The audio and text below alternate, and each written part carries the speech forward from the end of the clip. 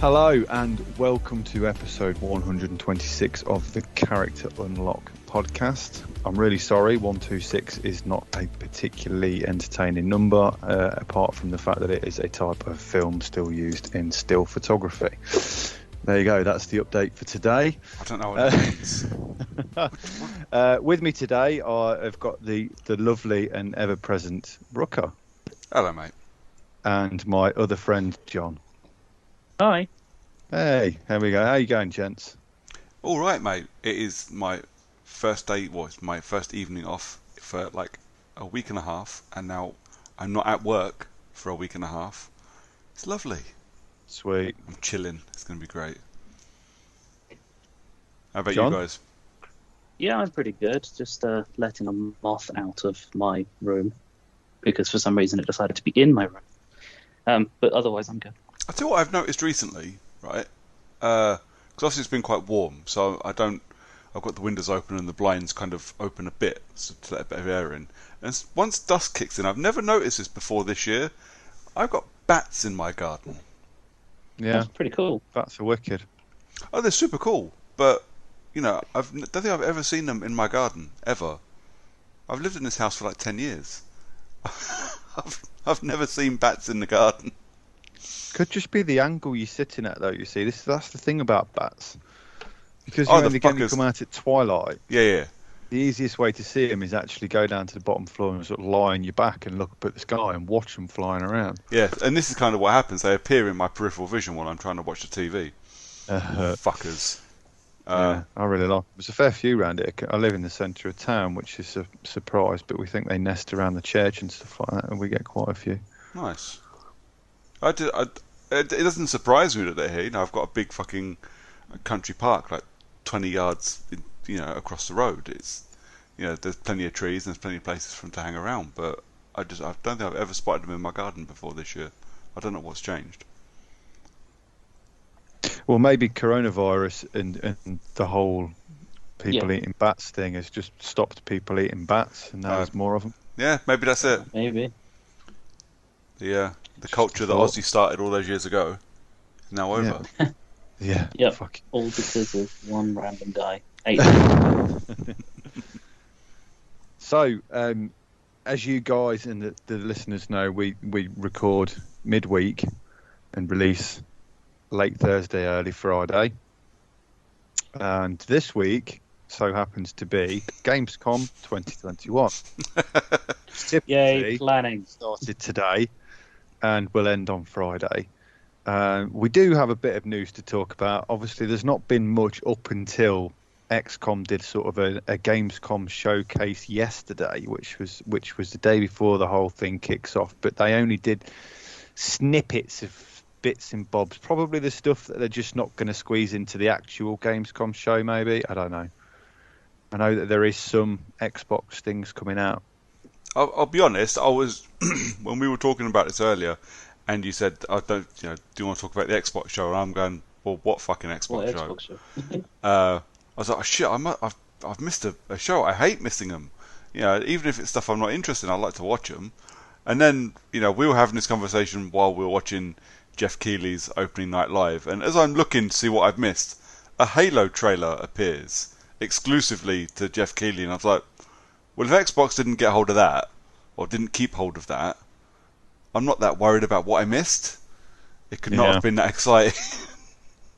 No, there wasn't really a hell of a lot. There was a couple of little cool bits, though, so we can talk about those if you so wish. Yeah, man, crack on. And first on the list, and I think this is a pretty big one, and a lot of people on the internet not so bothered about this one, but it's xCloud is now going to be available on the Xbox consoles. Yeah. So I saw that being rumoured a good couple of months ago. Yeah, me too, yeah. But so that means obviously now that in theory, you don't need to download a game before you play it. You can probably set it to download and play it whilst it's downloading from the cloud. Yeah. Which is a bonus for me. And obviously because I think John probably still does them, but I do the Microsoft Rewards, which means that I have to play multiple different games. Some of them I only need to turn on. I think this is why it's a big deal more for you than the rest of the internet. Yeah. Well, for me, it means I haven't got to spend. Well, to be fair, it doesn't really interrupt my whole life that much. I'll download something and just put it on the next day. But it saves me downloading 60 gigs worth of some games, just to play for 10 seconds. Yeah, I think, or literally to ping up a random game. Or my other one, there's one that I'm going to miss, which is the installing games to your Xbox from the mobile app. Because if you're going to be doing a lot more cloud-based ones, you're not going to need to do the installs. So I'm going to need to find some other ways of doing that. Mm. I think for me, I like the idea of it because it's how many times have we, like, the three of us, been online and gone, oh well, the game we've all decided to play is actually a bit shit. Let's play something else.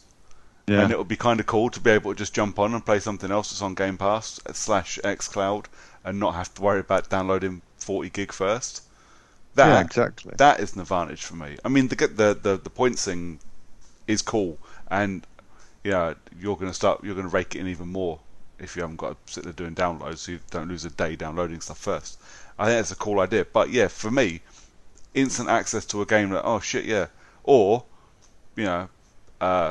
send me a text message. Do you want to jump on? I don't know, Zombie Army 4. Help me do a couple of achievements. Yeah, cool. Shit, I uninstalled it. I'll just fucking play it from the xCloud. Shit, yeah, son. Yeah, it's definitely an advantage, isn't it? I think I can't think of any negatives to it being there at the minute because they're not taking anything away to implement it. But we talked about this. It's just another access option, isn't it? We talked about stuff like this a few episodes ago, didn't we? Like when I think it might have been an Xbox thing that got announced. It might have been actually I think it might have been when they were talking about xCloud finally going onto iPhone or something. Yeah, it's going browser based. Yeah, and we all said the same thing. That the more ways you have to access a game to play, the better. We might not ever 100%. use it. Who gives a fuck? Give more people more ways to play more games. Shit, yeah. Yeah, I mean, a lot of the negative, the negative Twitter verse were just moaning about how it wouldn't be in top spec. I mean, yeah, but nobody gives a fuck. Nobody's playing games on the cloud for top spec. Exactly. People are playing it because of the convenience of playing it on the cloud. That is Think about solely the its people whole that benefit. are going to be on OG Xbox Ones. They haven't yet managed to do their upgrade yet. This is for them. Being able to play games like, say, the Medium, or literally any other game that's on fucking cloud. Exactly. Yeah, they're going to be able to do that, aren't they? Being able to play games that are designed, and they'll be able to play the best version of the game because it's on the cloud, and they won't need to worry about the fact that their hardware can't handle it. It's just their network card and their graphics card doing it, and neither of those are working particularly hard at the time. I mean, I genuinely don't see any downside to this. For me, there are a couple of advantages. I would probably rarely use it, but like I say, who gives a shit? There's more ways for more people to play, man. Now, if Sony could get on board and start copying this would be great, because I've very easily slipped back into my PlayStation is my preferred console, and I would really like stuff like this on my PlayStation, please. You'd like it if Sony would reward you for doing that by accident. Yeah. Well, now that you can play browser games on the Xbox through Edge, you can play PS1 games on the Xbox. The question is, can I boot up the browser on my PlayStation and play Xbox games? I don't think you can on the Xbox on the PlayStation. So the irony there is that you can play PS1 games on the Xbox, but not on the PlayStation. Which is kind of funny. I might try it just to see how it plays. I've not used it. I'm going away this weekend. I could try xCloud out actually. See how it plays on a Premier Inn wireless. Should be all right, mate. To be fair, I tried it on where was I? Was it Premier Inn as well? Yeah, and it was all right actually. To be fair, I might give it a bash. I wouldn't play anything that needs quick and precise button inputs. But no. But I don't do that anyway. Games out there that you don't. Yeah, true. I'm an old man with no reflexes, man. Yeah, that's very true. My thumb's hurt just looking at Call of Duty trailers nowadays. Well, Xbox Cloud Plus is all round from character unlock. Yeah, man. Bring it on. Yeah. So the next one on the list that I wanted to talk about was a game called The Gunk, which looks quite interesting. And that's really all I've got to say about it. It looks interesting at this point. It's a, it's a platformer basically with a quirk to it. And then this is the gunk thing where all the enemies are made out of gunk and the world's covered in the stuff. And basically you go around sucking it up. It's like a backwards, I don't know, what's similar to sort of Luigi's Mansion, I guess. You're just sucking gunk instead of ghosts. So yeah, I mean, that looks interesting. I don't know if you guys have seen it. I have. It looks, like you say, interesting. Best word for it at the moment. Seeing some more of that, yeah. And then next was a game called Stray Blade, which is the first time I've seen it today, actually. So I really need to see more and hear more about that game. But at the moment, from the video, it looks very interesting. So I've not watched the video for it. The poster art is interesting to me, and I'm a bit of an edgelord, so the name Stray Blade just kind of appeals. Yeah, so that's definitely one that I'm going to be keeping my eye on. There's not really anything else for me to say about that other than watch the trailer, see what you think. It may be interesting, it may not be, but I think I need a bit more information on what the type of the game is and how it plays and whether it's multiplayer and all that stuff first before I start getting wet for that one. Sounds fair. It's 505 Games published, isn't it? Yeah, 505. Yeah, and I quite like 505. Yeah, they publish some fun stuff. They're for me they're that midpoint between like EA and Devolver Digital. They don't go completely out there like Devolver do, but they usually get some interesting IP. So usually anything that they get their hands on is worth a butcher's. Yeah, definitely. Xbox Game Pass announced a link up with the Humble team, and 10 Humble indies are coming to Xbox Game Pass. That is kind of cool. Yeah, I've not listed them solely because there's 10, and I didn't want to just sit here and read them all off. But as you all know, I absolutely love indies, so I'll be excited to play some of the better looking ones of those. Yeah, I don't mind a good indie. There's a couple of there's a fighting thing that looks very cool.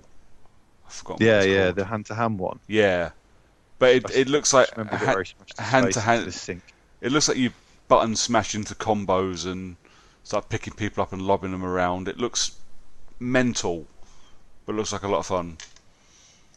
I'm gonna need to find out what it's called now because I've forgotten, and it's gonna bug me. But that looked kind of cool. Yeah, I mean, obviously for me it's great because I've never gamed on a PC, so I've never really had access to any of the Humble stuff before.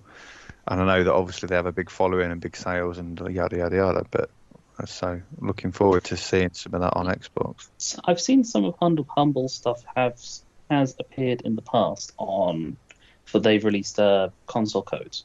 Very, very rarely. Yeah, it's few and far between, though, isn't it? Yeah, Humble have kind of turned into a publisher as well, though. Now, haven't they? I think this is what's brought this on. So they're not just a distributor of cheap games and charity money. They're actually publishing games now. Midnight Fight Express. That's the one I was Does looking look at. fun. Looks like a lot of fun. Like a isometric Streets of Rage. Yeah. Interesting.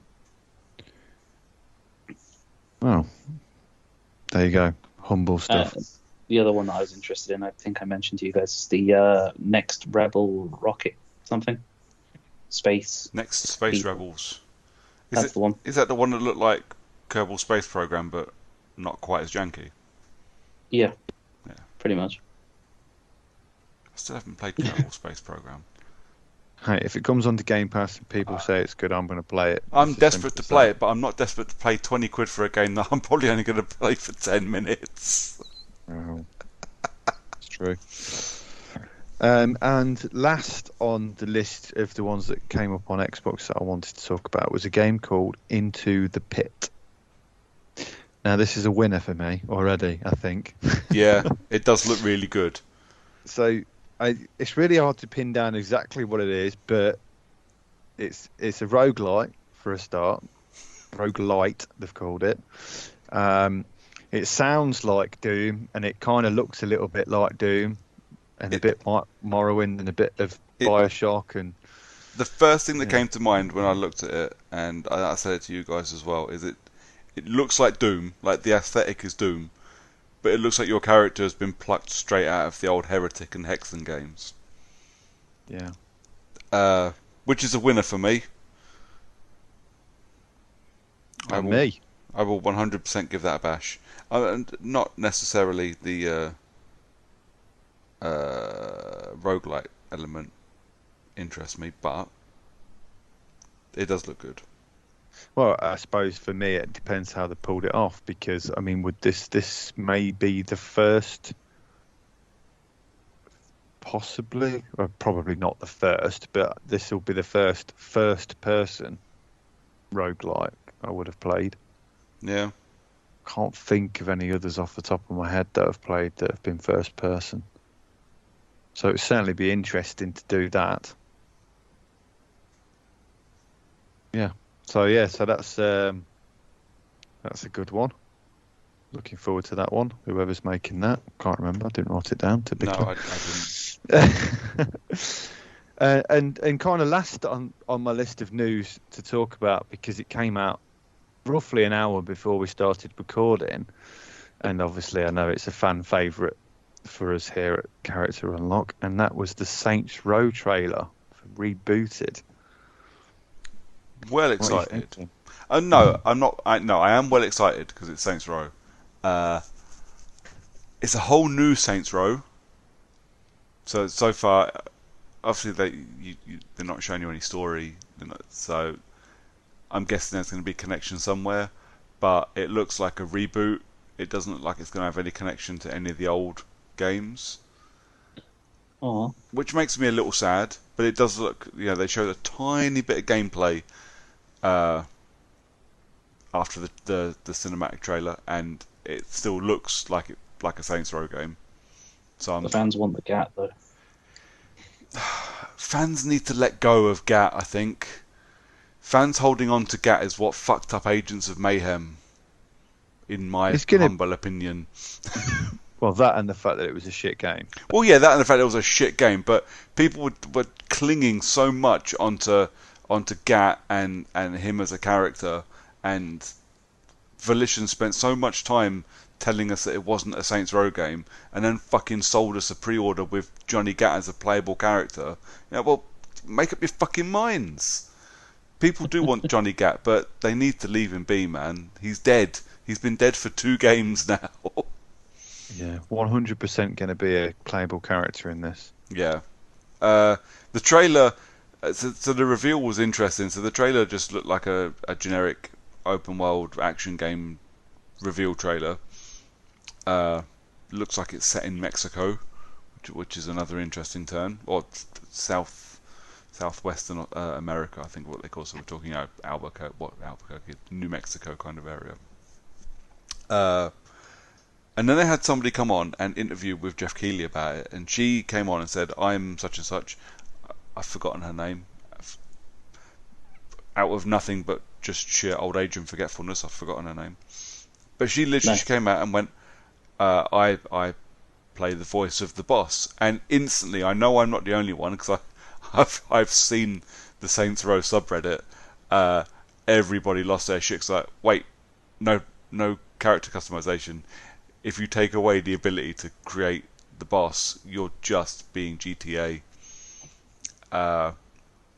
Which I think, the character customization is a big part of Saints Row. Everybody wants to make Black Widow or the Hulk or themselves and have them run around Steelport and beat the shit out of people.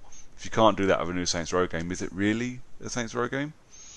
Turns out you can create your own character, because the poor old guys running the Saints Row social media had to very quickly put out a tweet saying, yes, you can create your own character. She's just the voice of one of the female boss. Yeah, Oh, and female. So I feel not really a sorry for silent her as well. protagonist. Nope. No silent players, but I feel really sorry for her, because she's going to take a lot of shit. And she's going to take more shit because she's a woman in a video game world. And I really do feel for her. But, yeah, it looks fun. I'm up for it. It comes out in February. That seems short. That seems quick. I don't see Yeah, it but coming out in February. they do turn around pretty quick on the Saints Row stuff. I mean, to be fair, they've been in development for a couple of years, and Since before Agents of Mayhem. yeah, but going from reveal to release in 6 months seems short. It seems smart to me. If I was a businessman, that's what I would do, providing that I was guaranteed to release on that. Absolutely, period. but it's not just February. They've actually given a release date. It's February 22nd, so it's got a proper release date. And if they pull it off, perfect. Because I don't want a year of getting excited about a game. 6 months. A game that we will probably talk about at the end of the year when we talk about what we're excited about for next year. And game one for me at least will be Saints Row. That will be, and then that'll be Christmas, and suddenly, shit, it's February. My first game of the year's out this year, or this month. Can't fucking wait. It's perfect if they pull it off. I'm not doubting Volition. We've been bitten a lot this last year or so, with a lot of delays. Yeah, that is very true. But it's almost expected now with any major release, isn't it? It is. We're at this point. Next month, in 2 weeks, 3 weeks, Deathloop comes out. A year later than I think it was originally supposed to. And we've gotten firm dates each time they've done that as well. Like I say, I hope it comes out in February, but I'm not holding my breath. February 22nd is when Witch Queen goes live. What's Witch Queen? Destiny 2, next expansion.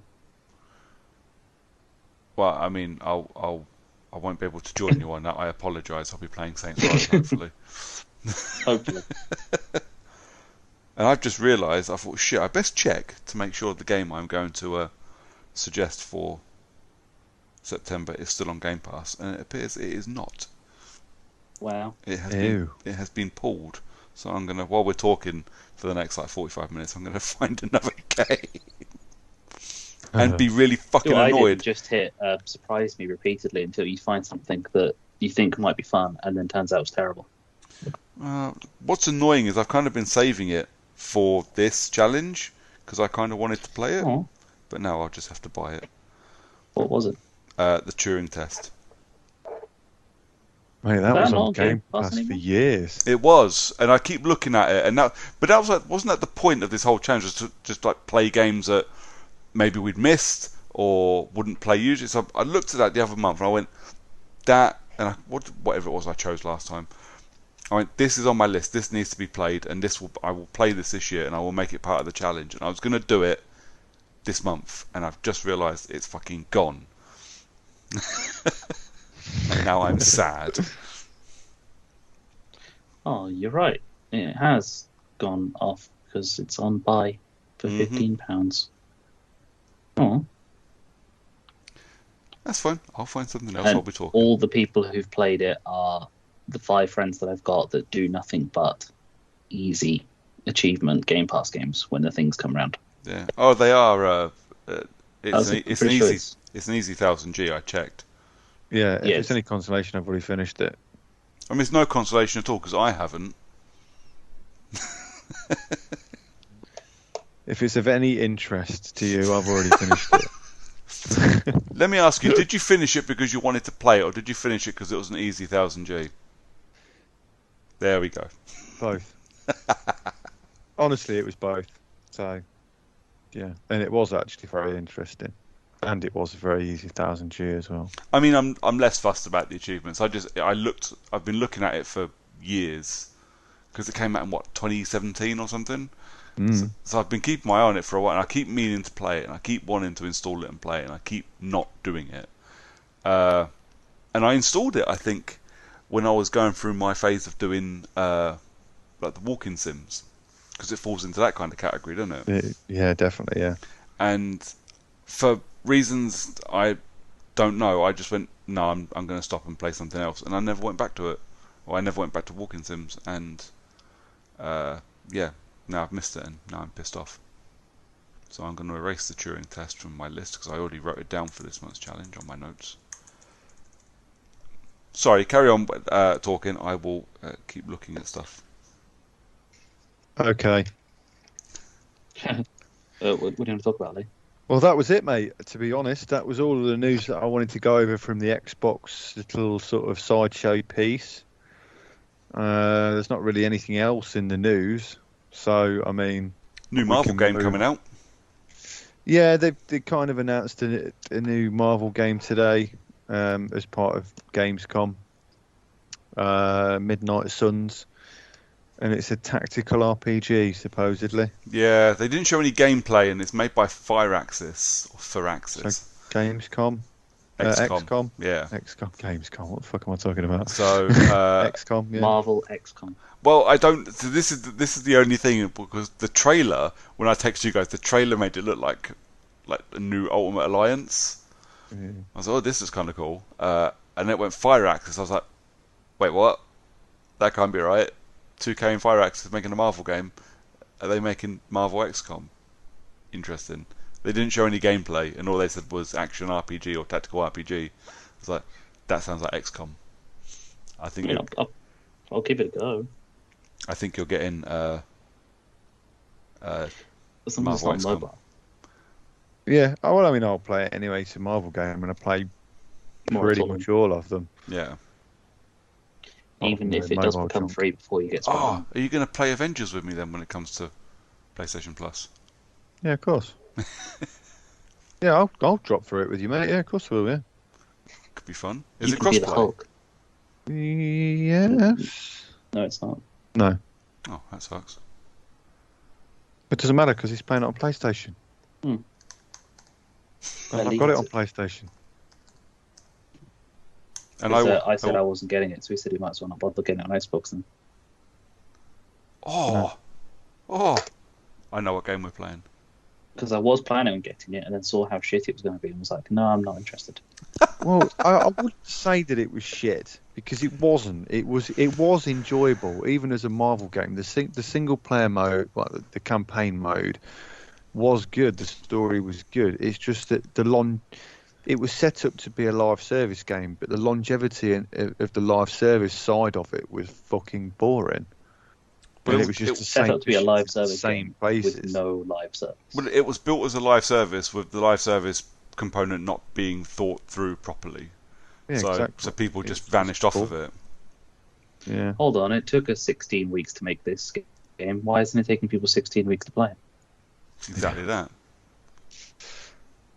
So let's move on to what we've been playing. John, you've got the jingle today, please. What we've been playing, jingle. Thank you very much. That was painful. Thank That's you. terrible. I'll do it again. No! No. No one needs to hear it twice. So, John, do you want to go first today, mate? Okay, cool. So I have played Destiny 2. Yes. The new season of Destiny 2 started yesterday, so I played that almost exclusively since definitely yesterday. But before that, it was just grinding myself down to a point where I could basically skip forward a couple of levels on the season by completing bounties and just holding on to them. And otherwise been busy doing other things that weren't playing games or being at home. So, Destiny 2 then? Yeah. Is it still keeping you hooked in? Or is it just that Nate's joined? Game Pass, it's gone onto crossplay as of today, yesterday. Yeah. So I can now play with anyone on any console in any way I feel like, and actually it's quite seamless and quite fun. Haven't quite worked out whether or not playing with Josh and having him as the host before going to the Crucible means I get more Xbox players. And are you playing it No. on PC now then? Well, and I'm playing on PC now. But And it's cross-save, wasn't it? So you Yes. took over? Yeah, okay. yeah, I already had the cross-save stuff in place, so I already had my Xbox characters on PC. So I was already hyped with that, and now, although saying that, playing Crucible was actually a lot easier controller than on PC with mouse and keyboard. And a lot of people on PC play with controller in the Crucible because of aim assists and such. Because the aim assist is hilariously strong. because it's a Bungie game.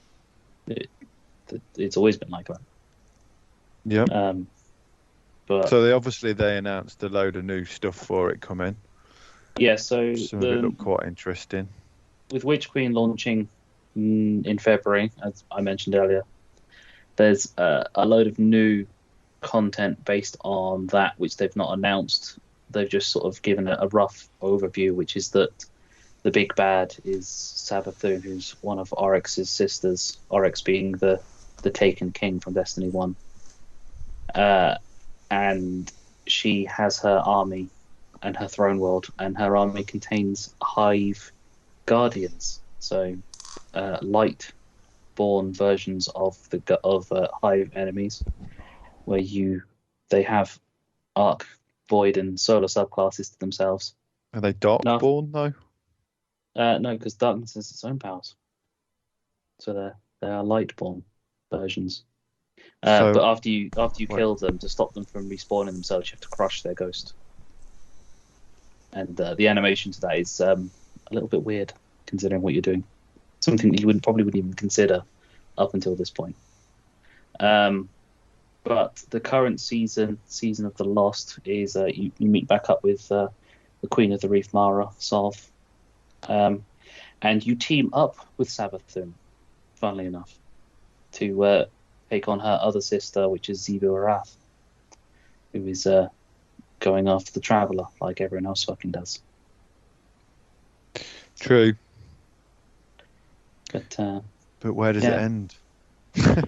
So it apparently the Light and Dark Saga, as they're calling it, is only 2 more years. So only. Only 2 more years. I think it's next. So after this expansion that's coming for next year, the Witch Queen, the one after that's called Lightfall, and then the next one after that's very Avengers Endgame style named, which is like the ending or something. I can't even remember what it was fucking called, but it's had a really on the nose name. Nice. I'd really like to get back into it. There's just a lot to do, and not a lot of time. Yeah, exactly. There's I've got not less a lot of time now. to catch up. Catching up's easy, isn't it? When you get a new season, catching up's a piece of piss. But True. when you get when the Queen, whatever Queen comes out next year, February, catching up's a doddle, isn't it? But it's a case of, it's more to the point that there's so much to do in it now. Yeah. And it's so time consuming to just grind constantly. And I came back on it a while ago, didn't I? And yeah. Got up the light, did all the story stuff. And you picked up Season of the Chosen, I think it was. Yeah, and I played it all, and I liked all the story piece. But then when it come down to finishing the story pieces, I was like, I'm off. I'm not doing the grind again. I can't. I'm just not interested. You finish the story, and then you feel like, oh shit, now I need to spend ages doing this. And I'll be honest, when you've got more people doing it, it is a lot easier. So now that I've got Nate, I've got Josh, Dunny, even Ben's joined in for a little bit. Just having more people to play with and doing it, and crossplay certainly helped. And to be fair, having that Discord group that I was in really helped to keep myself focused and on track, and the grind didn't feel like a grind. But thinking about it, because of it, it's like, outside of the swapper, I've not played anything but Destiny in the last month and a half. I don't think. Yeah. Nothing in aggression, or nothing in any kind of like real focus to playing something else. And it's not like I don't have other games to play. True. And that's one of the reasons why I didn't want to do it as well, because I love gaming and I love a new story constantly. Yeah. So yeah. Yeah, I have other games to play. The problem is that there's nothing big that's caught my fancy coming up. I mean, outside of Battlefield 2042 coming out towards the end of the year, but even then, that'll just be for when other people are on to play, because I won't play that on my own. At least for Destiny, I know I can just jump on a bit of guided game stuff, or I can LFG myself through a couple of missions if I need to. I think Battlefield you're going to have to play on your own unless you have people constantly available to play with you. Otherwise, you're just going to land in a 128 player battle with level 200 people, and you're only level 5 because you haven't played at all and just get whooped. Yeah. But And we've all played enough Battlefield to know you need fucking time to warm up when you play it as well. You can't just jump in and play. True, but I'm hoping that I can get myself to a nice stage of being warmed up with it. I mean, with an advantage that I've noticed playing other shooters is that after coming out of Destiny to play other shooters, they're a lot less hectic. Yeah. So even PvE Destiny 2 is a lot more hectic. Like I came out doing a raid once and then went on to playing Warzone, and it was so much slower paced. It was like, well, it's actually really fucking easy. So maybe playing Destiny is helping. It's keeping me sharp, as it were. Sharp, yes, that is definitely a word I would never associate with you, John, if I'm honest. I'm so glad we're such close friends that you can just keep abusing me all the time and I keep coming back for more. It's not just you, mate. I only do it to the people that I truly love. Exactly. That's why Brooker gets it off light. Okay. It's a weird position to be in. You're insulting me by telling me you don't insult me. I know. I don't know where I sit now. I'm just double-edged sword. I'm just going to sit here quietly and rock and cry. Well, not too quietly, because now it's your turn to talk about what you've been playing. I have been playing Dishonored 2. Yeah.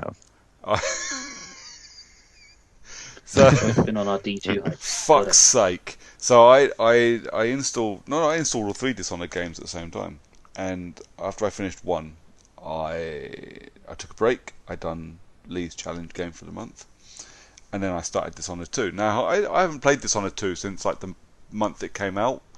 I got so busy when it came out. I played through twice, once as each character. Didn't trophy chase, didn't do anything like that. I just played through to see how the story played in both directions, and then kind of moved on. So I didn't when all the patches came out and they got New Game Plus and they got Noir mode. So Noir mode appeared in Death of the Outsider as well, which is how I played one of them in Noir mode. One thing I didn't realise was a thing was Dishonored 2 now has custom difficulty, which is kind of cool. I mean, it's a bit like Thief. You've got sliders to change absolutely everything in the game. There's about 30 different sliders that you can change. That's cool. You can completely customize your experience with it. It's actually really cool. One of the sliders is your difficulty level, standard difficulty level, and you can go. No, not your difficulty level. It's got something. I think it's just Iron mode. The slider actually I like. It's just for Iron mode. Iron mode is Dishonored's permadeath mode, and I may or may not have accidentally put my first playthrough into permadeath mode without realizing. What was great was I decided I'd play my first playthrough. I said I was going to play with Emily, so you play with Emily Caldwin, who's the little girl you rescue in the first one. I said that's who I played. I said I'll play with her and I'll make her run my kill everything run, because you can have some fun. And I've used all of Corvo's powers, and I did that in one. I want to use all her powers and just cause a bit of chaos. And it wasn't until I was going into an area that I couldn't really remember, and I think by this point I was in mission 3, and I went, shit, I best do a quick save just in case I fuck this up. And I couldn't quick save. And I text you guys going, I think there's something wrong. I can't save my game. At this point, it wasn't until Lee then texted me and went, is this something to do with Iron mode? I was like, no, because I haven't put Iron mode on. And I went and checked, and yes, I had. Yeah. Which which instantly made me go, holy fuck, I was way too reckless in those first 2 missions. And then suddenly it became a really fucking tense affair playing Dishonored 2. And I had every intention of playing in permadeath mode at some point, but like I say, it's been 4 years since I played this game, and I haven't played it a fraction as much as I played the first one, so I don't really know the game that well. So I thought, well, I'll kick the ring rust off, and I'll have a play, and I'll go back and I'll do permadeath mode later. No, just jump in, just do permadeath mode straight away. Twat, absolute fucking idiot. So I I got to. I was texting you two. I was texting the boys. I'm going. I know there's a couple of missions that are going to be a pain in the ass. For those that played, the ones that were worrying me were the Clockwork Mansion. Yep. Which is pain in the ass. It's a pain in the ass. It's a beautiful level. It's such a well-designed mission, but it throws, especially if you're doing a lethal playthrough, it throws you in with these enemies that are just a pain in the ass. The Clockwork Soldiers, there's no one-hit killing them unless you've fully upgraded a couple of your weapons, which I hadn't done because I wasn't really planning on fighting them, and now I definitely wasn't because they were definitely going to kill me, and that would send me back to the beginning of the game. And the other one is a mission called A Crack in the Slab, which is the time shifting mission. Again, an absolutely beautiful mission to play, but it's got a beautifully designed mission as well, and it's got a couple of tough sections in it that I remember reloading my saves a few times to get through. So I was fucking terrified. It turns out my one and only death in my permadeath mode playthrough was me being a dick and trying to jump across ledges that I couldn't jump across, and I fell to my death. Oh, you didn't. I thought you'd got murked or something. No, I was. So That's the lamest way to die. It is. It really is, and it was on the Clockwork Mansion mission, and I'd got through the first two areas. I was just about to go into the mansion, and I was exploring the area underneath. But this is the thing. I know I've played permadeath games before. You don't explore. Get on with the game. Get it finished, because the more you look around, the more likely you are to trip over something and die. What did I do? I fucking tripped over something and died, and then cried a lot. Thankfully, because it had been a day since I'd played, my PlayStation had automatically uploaded my one destroyable save to the cloud, so I managed to bring it back, and I was much more careful from then on. I will say that was the only time I save scummed my permadeath run. I didn't have to do it anymore after that. You won't tell anyone that you did it. It's not like I'm saying it in public. Well, I won't tell anyone else. I think, to be fair, I think if I'd have died in combat, I probably would have accepted it. But because I was a fucking idiot and just thought, oh, I'm going to blink across there, and didn't check to see if I could reach, I just went, and I fell to my death. I think that annoyed me more than dying in. If I'd have got murked, I'd have gone, fuck it, and either started again out of spite or just not bothered with permadeath mode. But yeah, so I finished my first playthrough as Emily in permadeath mode and forgot how good it was. Although because I was playing in my kill everything playthrough, like just everything hates you, everybody hates you, and everyone gets really arsey with you, and it's really scolding as well. Like I genuinely feel like I'm being told off by the head teacher, like when one of the guys you rescue is dropping you off in the boat, and he just gives you shit because you're killing people. I was like, oh fucking hell, mate! Just trying to play my game. You don't have to scold me. But yeah, I finished that, and I used that playthrough. I was still doing like a kill everything playthrough, but I ended up going through like. Did you guys play Splinter Cell Blacklist? Yes, I think so. So do you remember in Splinter Cell Blacklist, you had like three ways to play, didn't you? You could play like completely stealthily, or you could play kill absolutely everything, or you could play stealthily kill everything. Yeah. That was me. I was still killing everything because I wanted my high chaos thing, and I wanted to kill people, and I wanted to fuck around with my powers. But I also did it very carefully because I didn't want to die. Yeah, like I say, finished my first playthrough.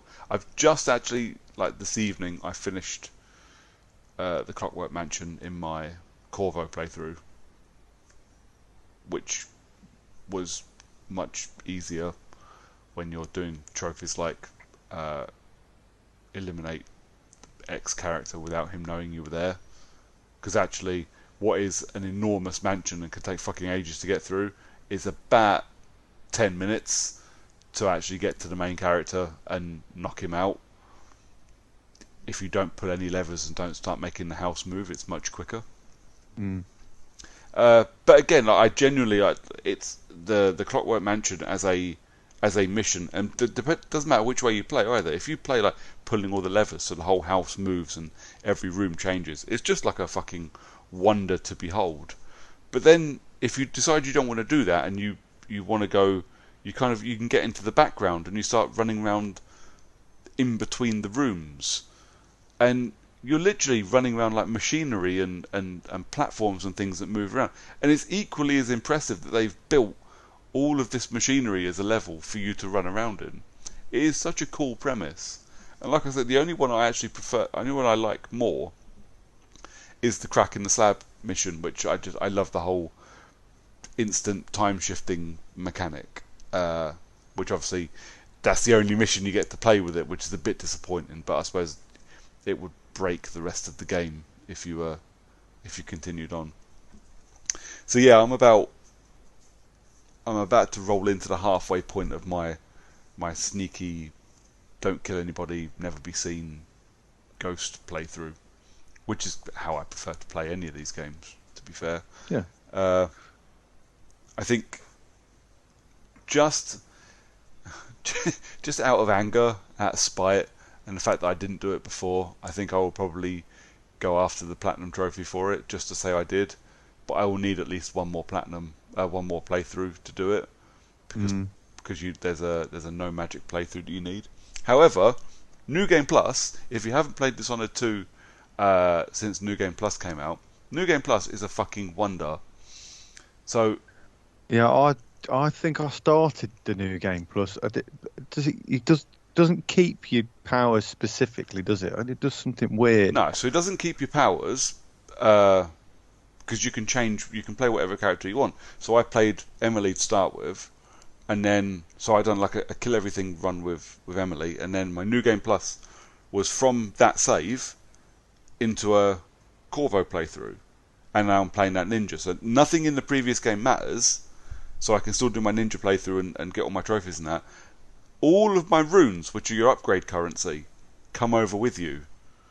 Ah, that's all right. So yeah. not only can you, in New Game Plus, you can use Corvo's powers and Emily's, assuming you buy the ability to use them. All of the runes you collected before come with you. So at the moment, my rune count is at about 100. And once I'm done, I can do that again. So I can stack that New Game Plus again. So my next New Game Plus, I can do a magic free run, and all of those runes will become cash. Now it's basically a roguelike, mate. Yep. But I can still run through and I can still collect more runes, and I might actually do this just for shits and giggles. I can keep collecting runes in my no magic playthrough. Obviously, I can't use them because I've got no upgrades to make. But they come to me as money, currency, so I can buy stuff. But they still go into my collection of runes. So then once I finish that, I can do another New Game Plus, have like 3 playthroughs worth of upgrades that I can make, and just cause carnage in a playthrough, which I'm really tempted to do because that sounds like a lot of fun. my no magic playthrough, I reckon I can do in about 3 hours. I don't think it'll take me long to do. A bit like when you do when you run through the story in Miles Morales. When you actually just do the story just to finish it, it doesn't take that long. And if I drop it down to easy and just run through and kill everybody, I'll be done in 3 hours tops. So, and I think I'll probably do the New Game Plus thing after that just for shits and giggles. I think it'll be so much fun, just to literally have every power, and just cause absolute chaos. So as much as I'm looking forward to finishing this and moving on to Death of the Outsider, and then obviously next Friday the Medium comes out on PS5, and then like 2 weeks after that Deathloop comes out, I still kind of want to do this just to say I did. But yeah, literally that's the only game I've played. I've been quite busy, to be fair, so I haven't had much time to play. So my 12 hours worth of Dishonored playthrough is all I've had, really. I talked a lot. I talked a lot for one game. Sorry about that. No, that's good, because just to keep the trend, turns out I've only played one game as well. Well, I wonder what that was. Anyone want to guess? So I've been playing Hades, obviously. Oh, I did play Hades twice. Came out on Game Pass, but I bought it as well, obviously. Yeah, still brilliant. Still love it. I'm a lot better at it now. Are you a lot better at it because you've got a proper size controller and it's on your TV? Yes. But that's not the only thing, obviously, because now I know all the enemy patterns. I know exactly what they're going to do. I know the best packs of punishment to choose to get through it easily. I know everything. I know where I'm going. I know what I'm doing. I know what the best doors are to take. I know my favourite builds for any particular weapon. Stuff like that. So I mean, it's been an absolute breeze. I think I'm on 40 runs, and I think I've finished 29. Fucking hell. Yeah, so it's going well. I've just done 10 in a row, which it comes up and tells you you've done 10 in a row, which is nice. So yeah, all in all, going well. Nice. I bought it on PlayStation, and it was like 20 quid or 22 quid or something for the download. So I've got it installed, and I had a run on it. And Nikita was watching me. She's like, "This is really cool." I know, it's super cool. I really like it. She's like, "Can I play it on Switch?" So she's borrowed my Hades cart, and she's got it in her Switch almost permanently now. Excellent. She's played more Hades than I have, and she found God mode as well. Yeah, fair play. And she's 8 years old, man. I will be playing it in God mode. How they've done that God mode is so clever. And it just doesn't make you super powerful at first, but obviously the more you die, it goes up 2% at a time, doesn't it? Yeah, it's not a lot. If I die 50 times, do I get 100% defense? I think it only goes up to 80, if I remember rightly. Okay. But that's still pretty. Yeah, good. Of course it is. I mean, most of the time, if I'm rolling through the game, I try and pick up the one that from Athena that gives you a bit of a bonus. I think normally averages at around 10. Yeah. Sometimes more, sometimes 7, but 10% damage reduction is quite handy. Yeah. But that Dishonored thing, is very similar. What they've implemented now in that New Game Plus is very similar to how Transistor works. Yeah. In New Game Plus sort of mode as well, in that you keep all of your powers, or and obviously Dishonored's case it's the runes. But then on the next playthrough, you pick up the same powers again. Yeah. And you can link them all together in your second playthrough. That's a very clever game and very good on the PlayStation. So that's where we are. Another little bit of news just come out, which I thought might be interesting to talk about, is that Horizon Zero Dawn has just received a 60 frame per second update for PS5.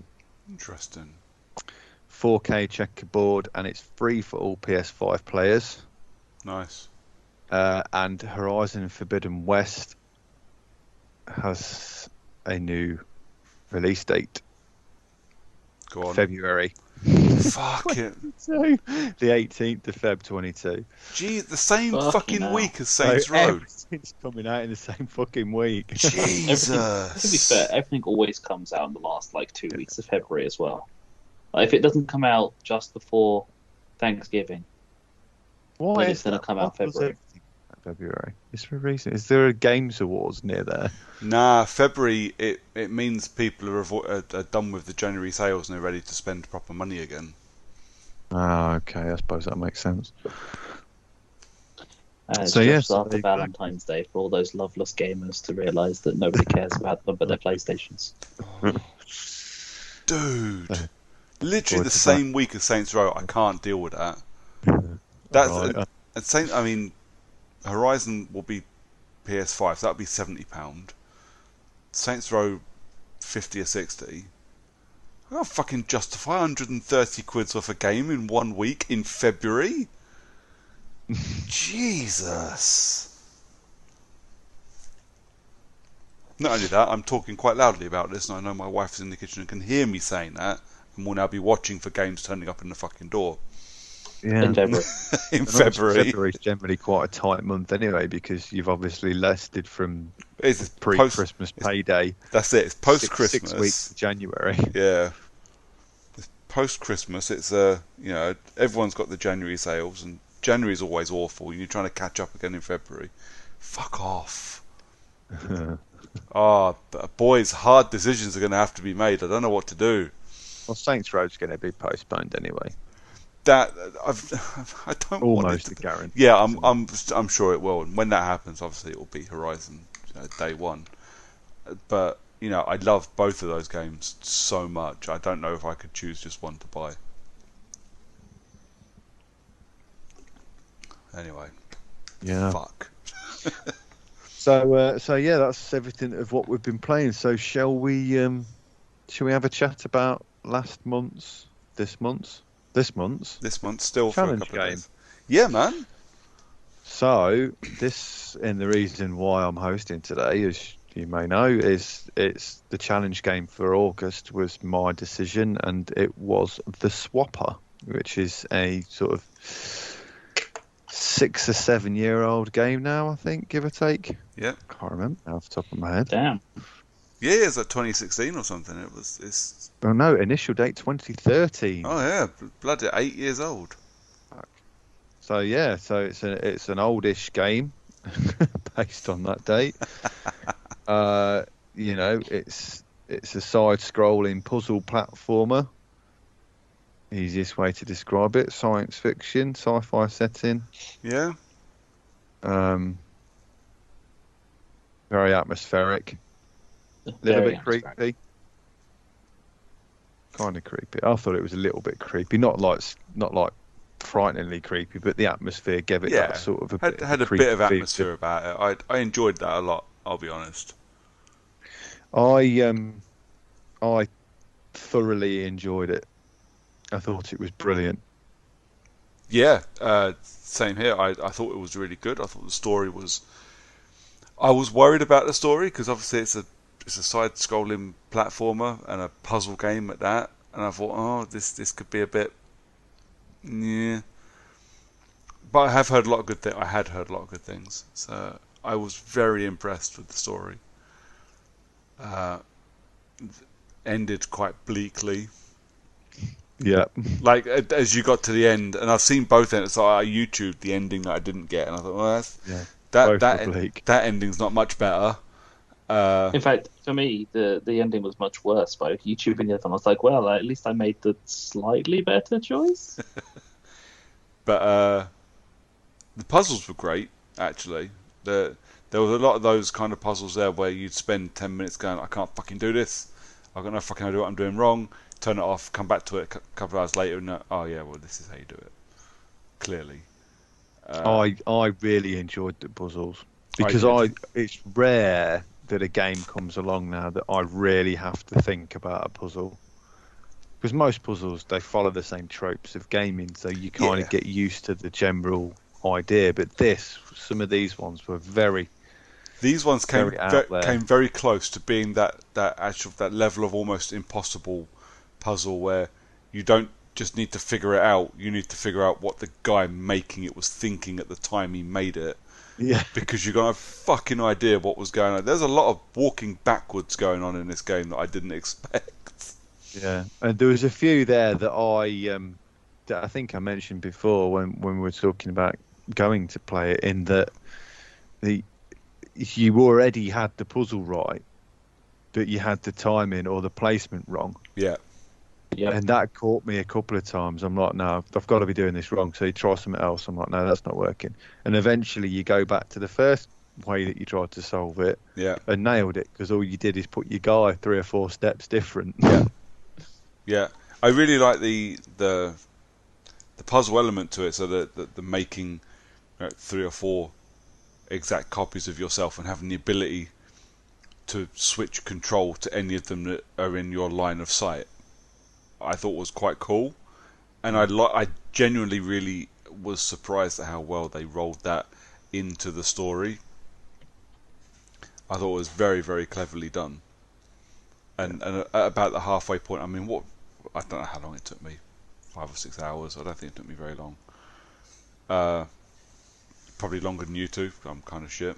But by about the halfway point, it genuinely makes you question what you're doing. I tell you what it reminded me of a lot, and it's an 8-year-old game. I'm not going to spoil things, but when I say this, it will spoil it, kind of. It reminded me, have you guys seen The Prestige? No, but I know of it. So go and watch The Prestige, and you'll kind of see what I mean. But I very much got this niggling feeling as I was playing it, going, well, have I somehow accidentally killed my real self? And now I'm just walking around in a clone of myself. I don't know. I don't know what's going on. And like the story, I think, is designed to do that, and it's a very, very well told story. Again, considering the limited scope of the game, I think the story is told very, very well. Agreed. Sorry, Sean? I was very impressed, and I kind of got my reviewer hat on. I'm sorry. No, good. No, it was absolutely phenomenal. I really liked the way that the changes in the lights gave it that extra layer of atmosphere. The different colours of the lights was to serve a purpose, but the way that it lit up the rest of the room, and the fact that you couldn't, after you've gone through a room and you go through the white lights, it then brings you all of your previous back to you. Thought that was the overall atmosphere, so it was really benefited by that. Like, generic puzzle mechanic could have easily been fixed by having like laser beams or something, but they picked lighting for it. True. It was absolutely brilliant. There was one that got me, actually, and I think you may remember this one when I explain it, but there was one of the white lights that basically collapses all of your swaps. Yeah. And the puzzle involved that you did, you couldn't walk back far enough because of one of those lights. So you had to keep creating a guy in front of you, swapping into him, and then continually walking the guy backwards until basically the one above you had moved enough to stand on the switch. It absolutely, some of those puzzles were just absolutely brilliant, and I'm not sure playing it again would work. No, because but I'd want to do those puzzles again. You know, I'm kind of torn about it. I think I know the game, but I don't know. Yeah, I think you could have fun. I think a lot of the puzzles you wouldn't remember the solution to straight away, and then when you did it, went, oh yeah, that's how I did it. I don't think you'd get the same level of satisfaction out of it, because you're not, you know the story and you know how it ends. Because the puzzles are such an integral part of the storytelling in that game, I don't think you'd get the same experience out of it. It's a bit like watching a film that you absolutely loved, but the whole thing hangs on a twist in the last 5 minutes that changes the entire 90 minutes beforehand. You know, well, now that I know that, it might not be the same film. Do you see what I'm saying? Yeah. Yeah. Give it a bash though, and if it works, let us know, and I'll have a go. I'll find the time to do it again myself. Yeah. Yeah, we'll see. I mean, I might give it. I'll give it a year or so, and then go back to it. So I Yeah, suppose I have one minor advantage over you guys in that randomly the audio decided to stop working for me because I swapped out of the screen, alt tabbed out to do something else, and then alt tabbed back in again after doing a puzzle, lost audio, stepped forward without realizing I'd lost audio because I was in one of the space sections, so I just assumed it was silent. yeah, Carried on, and then it started playing a cutscene. I was like, got no audio here. Fuck. Because the cutscenes would only play once unless you really fucked up your checkpoints. yeah, So yeah, there's like some of those some of the puzzles that involve you needing to fall just so that you can get a swap up higher to then swap into them and just constantly do that. And some of the gravity puzzles were absolutely bastard hard at times. yeah, And I loved every moment of doing them because they were bastard hard. yeah, It's one of the few games that I've actually played that has been like that, where I've actually felt like I'm not just getting angry at the fact that I'm doing it wrong, but I feel like I'm getting angry because I know how to do it right, and I'm just not doing it in time. And I was quite happy with myself for it, reaching the ending. Yeah. yeah. There was a good feeling of satisfaction getting to the end of it as well, which you get on a lot of games. But I just felt I got to the end and went, thank fuck for that. That was a great 6 hours.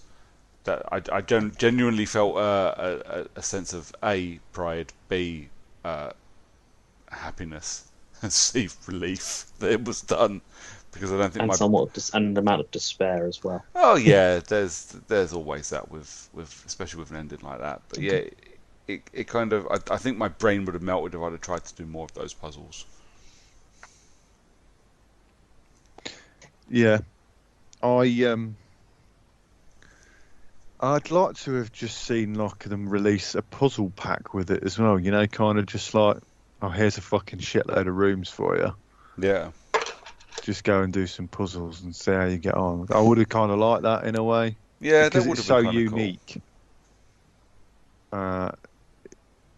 Because it's so unique and it's sort of the way that you have to play it and the way that the puzzles are solved. I don't think there's any other game even remotely like it in terms of how you have to do that. Because generally you only ever control one character.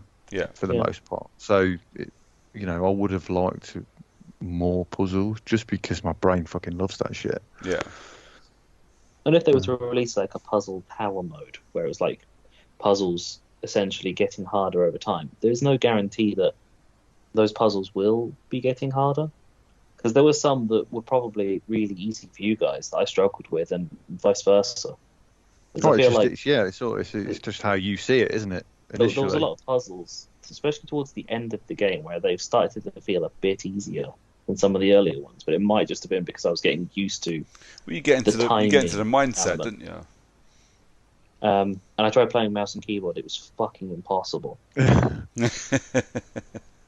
It's just the sheer amount of key presses that you need to do just to get things to work, and the positioning is so much harder to be precise. Funnily enough, the first time I've ever had trouble with precision using a mouse of where to place your clone using the mouse was fucking hard when you're trying to do it whilst timing your shot of transporting to said clone mid-air before you go fall to your death. That was a chore. So I ended up playing with controller pretty much exclusively through it. Yeah. So, yeah. So cool. Yeah. All in all, I think we all enjoyed that one then. Yeah, really did. Which is good. Definitely a change of scene from July, which was fucking shambles. Uh, so I believe that next month, based on previous conversation we've had today, is Brooker's choice. Yes, sir. So have you found something? I have, and I'm very excited for this as well because I've been waiting for this for quite a while. And I only spotted it had gone on to Game Pass a couple of days ago. So, Okay. gentlemen, so How Long to Beat says this is about 4.5 hours, and your 100% difficulty achievement difficulty is only 2 out of 10 according to XBA. So, should be happy people all around. We are playing 12 minutes. Oh, What? I've been looking at this for the past few days, Yeah. and I'm interested because it looks completely bonkers. So they've got a load of quite high-profile actors doing the voice work. Yeah, man. Yeah. I've been But waiting then- for this for fucking ages. Yeah, so the reviews are a little bit all over. But They who are. knows? I'll play it anyway because now I have to. The reviews are a little bit all over the shop. I think it's an interesting concept. I don't suppose it will. I don't suppose it will be. I don't suppose it will live as long as the 5 hours it will take to finish. I think it will definitely outstay its welcome a little bit. But the whole time loop murder mystery thing stuck in one room interests me a lot. I'll be honest, the shining hotel carpet outside the door interests me just as much. If you want to get my attention, put a Shining reference in there, you'll definitely get my attention. But yeah, that's what we're playing, boys. 12 minutes. Cool. I've been waiting for this for it must have been 18 months ago, maybe 2 years. We saw the first trailer for this. Really that Yeah. long ago? I I'm think it was sure it definitely, was. It was definitely 2 E3s ago. I didn't know anything about this game until literally about 2 days ago when I read someone's, frankly, a shit review on it. Not that they said that they didn't say the game was shit. The review was shit. So the 12 minutes reveal trailer from Annapurna went up 9th of June 2019. So that would have been E3 2019 we saw that. Okay, yeah, so it's been hanging around for a while then. Yeah. That's kind of a bit of a problem, I think. You know, when we spoke about the 6 months window, that's a suitable window to keep people knowledgeable of that game. On 2 years, mate, you forget about stuff. 2 years for an indie as well like you say, people forget. Yeah. I know I've known I wanted to play it for 2 years. If you'd have asked me 8 months ago, what's the name of the time loop game that you want to play with the shining carpet, I could not have told you the name at all. I genuinely forgot what it was called. I just knew I wanted to play it. Yeah, it's a shame that you can't finish it in 12 minutes. Sorry. Because do you know the other game, Minute? Yeah. You get can't a minute. Yeah. It'd have been funny if you've got 12 minutes. That's it. Solve the murder in 12 minutes. XBA says 2 to 5 hours for your 100%. Oh, that's okay. So I'm guessing the 2 hours is if you follow a text guide, step by step, which I'm not doing. That ruins it. You might as well just watch a YouTube playthrough if you're going to do that. But yeah, 4 to 5 hours seems okay. Seems like something I can squeeze in between the Medium and Deathloop and another Dishonored run. Yeah, and I'm sure I can find time away from Hades. Have you got Maybe. is there anything coming out in September that you're playing? I don't think so. I've not, to be quite honest with you, I've not ordered anything for ages. I've just been downloading stuff in sales and not playing that instead. Yeah, I bought Observer. We were talking about this the other week, weren't we? I bought Observer in a sale, and that's installed waiting for me to play, which I will get to. But yeah, I think Hades in August, and that was just because I wanted to support it. It's the only reason I bought it. Yeah. But yes, Medium and and Deathloop in September, but there's not much out in September as far as I'm aware, apart from those two. No, not really. Big Rumble Boxing.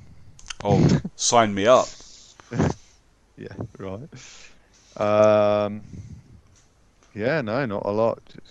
Just stuff that I wouldn't play. Oh, that Kenner Bridge of Spirits is out on the 21st. That looked quite good. Which one was that? Oh yeah. Honestly, that's really about it for me. Yeah. I think October's got a couple. So Guardians of the Galaxy in October. Yeah, I'm definitely getting that. Metroid Dread. Wait, I thought that was September. Well, Metroid Dread anyway. I'm not paying full fucking price for that. They're still 60 quid for it. And I watched another video of it today, and it's still just a 2D scroller. Yep. I'm not paying fucking 60 quid for that. Not when every other game of its type is 30 tops. Yeah. Just fucking ridiculous price. Yeah, Switch tanks. I mean, if I can get a review from someone that isn't a fanboy when it's out, and they genuinely say it is one of the best in class and it's absolute, do not miss this game, then I will buy it. I genuinely don't think you'll find anybody reviewing it that isn't a bit of a fanboy. Well, I'm sure I can find someone out. So there's so many people doing that shit now that I'm sure I can find someone that isn't wanking off over Nintendo all the time. Do you want me to buy it and review it? No, because then, well, you're my friend and I wouldn't want you to waste 60 quid on it either. Do you want me to do it then?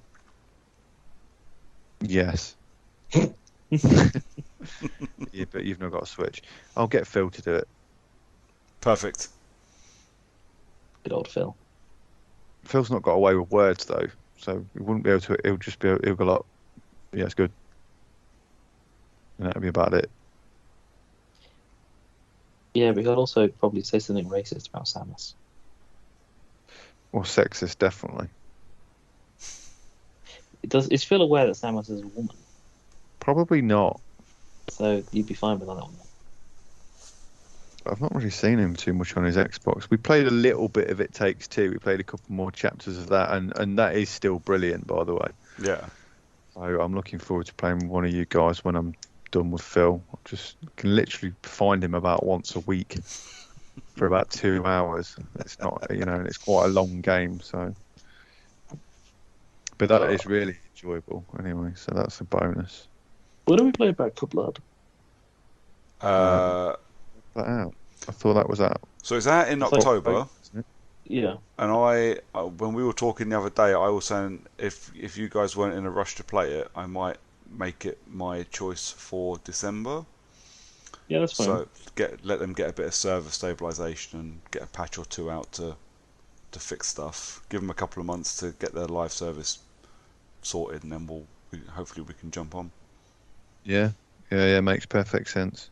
I'm in no rush to play it, but I always like to give games a bit of time now anyway, nowadays. Yeah, especially a game like that, which is 100% server based, and it's the guys that made Evolve, so I think we need to give them a bit of time.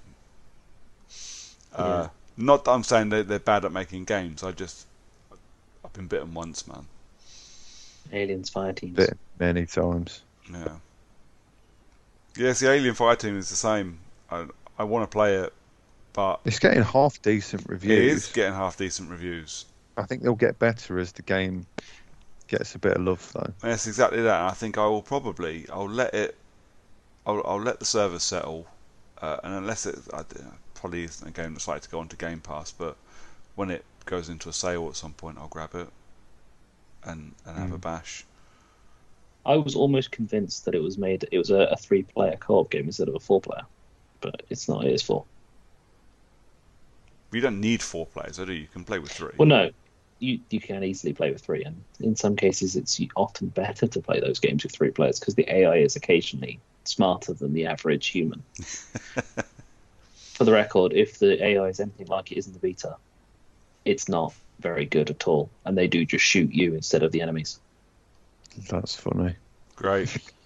Also, that means you've got 2 people shooting at you Yeah, I and me. That's very true. Well, no, because you don't normally shoot at us. You're normally just about 4 or 5 rooms ahead of everybody else. Shooting back at you, telling you to get over here.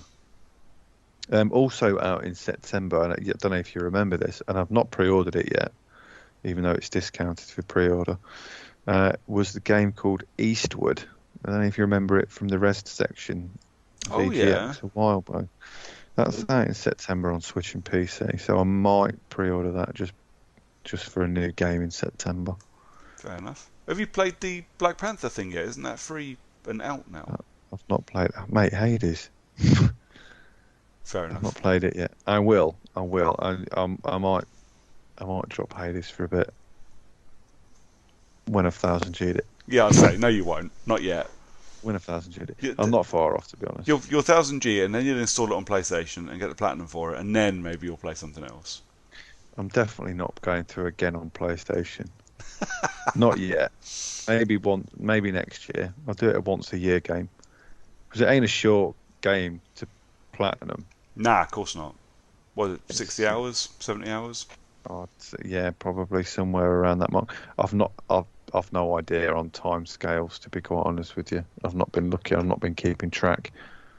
But I've been playing it since the day it was released, which was some point between today and last time we had a recording. Yeah. It just all blurs into one when you're playing the same thing. Yeah. If you're interested, it will show you on your Xbox app. That's right, it does, doesn't it? Yeah. Oh, okay.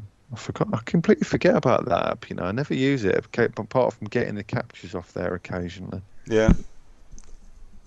I mean, thankfully, actually, one of my favourite things of the place, it only gives you a round hours number. It doesn't give you like 43 minutes or anything, but if you go into your profile on PlayStation, it will tell you how long, on PS5, it will tell you how long you've been playing the game for. Which is not something I usually care about. But sometimes when you go, how much time have I wasted on Hitman this year? And you go, oh, fuck, 203 hours. Yeah. I can't even find where it tells you now. It's like in the stats with your achievements or something, isn't it? I don't remember. I've only got 8 achievements left to get anyway. I'm already at 106.8 hours Destiny 2 on PC alone. Wow. PC's easy to find your times, isn't it? I was going to say, yeah, it's just Steam will just keep track of it. So if you open up the Xbox app, click on your profile on the bottom right. Yeah. Go to achievements. Yeah. Click Hades. And then click stats. It will say time played. 3 days. Fucking hell. The game's only been out for 4. It's been out for like a week and a half, I think. On Xbox, my Destiny 2 time is 20 days, 15 hours, 32 minutes. I've not been playing it for that long, though. Bear in mind. It's been on for that long. So, like, I'll play it in the afternoon for like half an hour. And then I'll literally just pause it and leave it. And then pick it up again at like 7 o'clock. You don't turn your Xbox off? Nah. Fucking hell. Fair enough. Just in case I come back to it sooner. Or sometimes I just forget that I've paused it.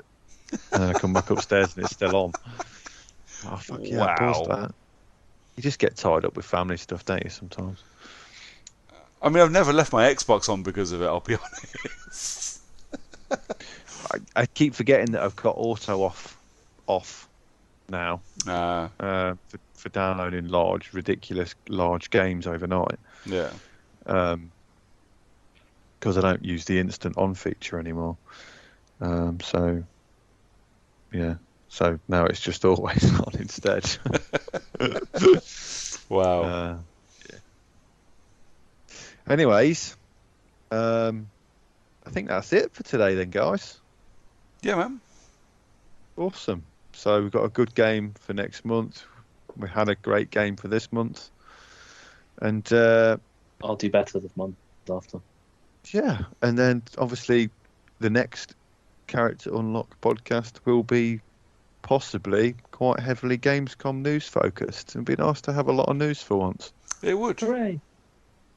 Because it's getting difficult to just come up with random ideas for the filler episodes. To be No, fair, it's not. we had 3 things to talk about today and a game each, and we still managed to fill in an hour and a half. Yeah, we did. So we're not doing too bad. It's almost like we're pros at this now. Almost. Yeah, I'm a ways off. Okay, so who wants to go first with their shout out for themselves? A little bit of self love. John? I am John, and I love myself. Maybe a bit too much. But other than that, I'm on Twitter as the John_CU. And Cool. what's your gamer tag now? Yeah, what's your I game don't tag, even know mate? what it fucking is anymore. Isn't it the John 7457? 72399? 9? Or is it 7? 44707? It's just something. It's something. It's terrible. It's like a Discord ID, man. What the fuck? I know. My Discord ID is the John #7000. Nice. Do you have to put? Does it automatically? You just choose the gamer tag and then it gives you a number if someone else has got it.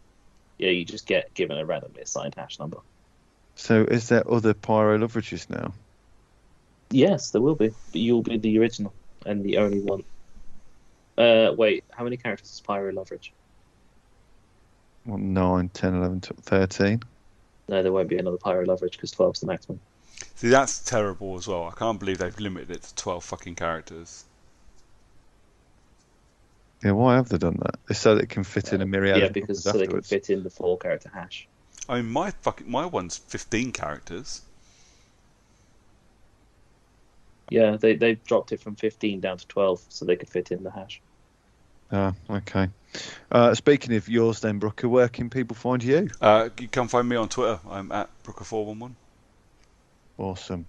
And as a group, we are Character Unlock on most of the social platforms that you may wish to find us on. And on that note, say goodbye, everyone. Bye, everyone. There is a Pyro Love on Xbox. I found him. Plays Monopoly and I like that guy.